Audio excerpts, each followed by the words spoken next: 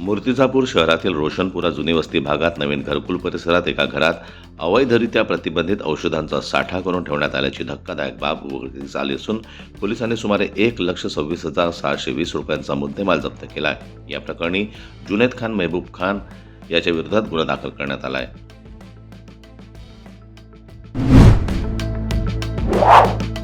विचोरी येथील सुरेंद्र देशमुख विद्यालयात माजी विद्यार्थ्यांचा स्नेहमिलन सोहळा अत्यंत उत्साहात संपन्न झाला। शाळेचे मुख्याध्यापक राऊत सर यांनी दीप प्रज्वलन करून या कार्यक्रमाला सुरुवात केली। यावेळी शाळेतून शिकून गेलेल्या माजी विद्यार्थ्यांनी शालेय जीवनातील गोडकडू आठवणींना उजाळा दिला। या निमित्तानं स्नेहभोजनाचं आयोजन देखील करण्यात आलं होतं।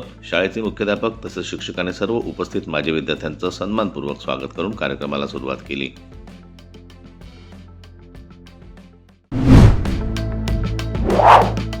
सध्या काश्मीरसह उत्तर भारतामध्ये जबरदस्त थंड लाटेची स्थिती आहे। काश्मीरमध्ये तापमान मायनसवर असून पंजाबची काही शहरे सतत 5 अंशाच्या खाली आहेत। उत्तर व पूर्वोत्तर राज्यात धुक्याची चादर पसरली आहे। उत्तरेकडून दक्षिणेकडे वाहणाऱ्या वाऱ्यानं विदर्भाची शहरे गारठली आहेत, ज्यामध्ये नागपूरचाही समावेश आहे। निवडणुकीसाठी राज्यात वेगवेगळी समीकरणं पाहायला मिळत आहेत। काही ठिकाणी महायुतीतील पक्षांनी युती केली आहे, तर काही ठिकाणी स्वतंत्र लढण्याचा निर्णय घेतला आहे। महाविकास आघाडीतील पक्षांनीही काही ठिकाणी आघाडी केली आहे, तर काही ठिकाणी स्वबळावर लढण्याचा निर्णय घेतला आहे। प्रत्येक ठिकाणची युती आणि आघाडीसाठी मोठ्या प्रमाणात बैठका झाल्या, मात्र तोडगा निघाला नाही। मुंबईतील सर्व उमेदवारांनी उमेदवारी अर्ज दाखल केले आहेत। मुंबई महापालिकेच्या निवडणुकीत शिवसेना आणि भाजपची महायुती आहे। शिवडी विधानसभेतील प्रभाग क्रमांक 204 मधून शिवसेनेकडून अरुण दळवी आणि माजी नगरसेवक अनिल कोकीळ यांनी उमेदवारी अर्ज दाखल केला आहे। दोघांनी शिवसेनेकडून अर्ज दाखल केला आहे, त्यामुळे एकाच जागेसाठी शिवसेनेने 2 उमेदवार दिले आहेत। त्यामुळे या निवडणुकीतून माघार कोण घेणार हा प्रश्न सध्या उपस्थित झाला आहे। डोंबिवली महानगरपालिकेच्या निवडणुकीत भाजपनं विजयाचं खातं उघडलं आहे। कल्याण पूर्वेतील 18 अ प्रभागात भाजपच्या रेखा राजन चौधरी या जवळपास बिनविरोध झाल्या आहेत। 18 अ प्रभागात ओबीसी महिला आरक्षित जागेसाठी भाजपच्या रेखा चौधरी यांचा एकच अर्ज आल्यानं त्यांचा विजय निश्चित मानला जातोय। पुणे महानगरपालिका निवडणुकीत नेमकं काय होणार याकडे सर्वांचंच लक्ष लागलंय। या निवडणुकीसाठी दोन्ही राष्ट्रवादी एकत्र येऊन निवडणूक लढवणार असल्याचं सांगितलं जात होतं, परंतु आता अनपेक्षित आणि धक्कादायक असा ट्विस्ट आलाय।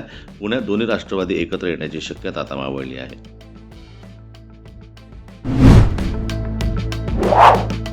ऐन महानगरपालिका निवडणुकीच्या हंगामाच्या धुराळ्यात शरद पवार यांच्या राष्ट्रवादी पक्षाला मोठा धक्का बसला आहे। राष्ट्रवादी काँग्रेस शरद पवार पक्षाचे जिल्हाध्यक्ष रणजित भोसले यांनी पक्षाला रामराम ठोकत भारतीय जनता पक्षात प्रवेश केला आहे।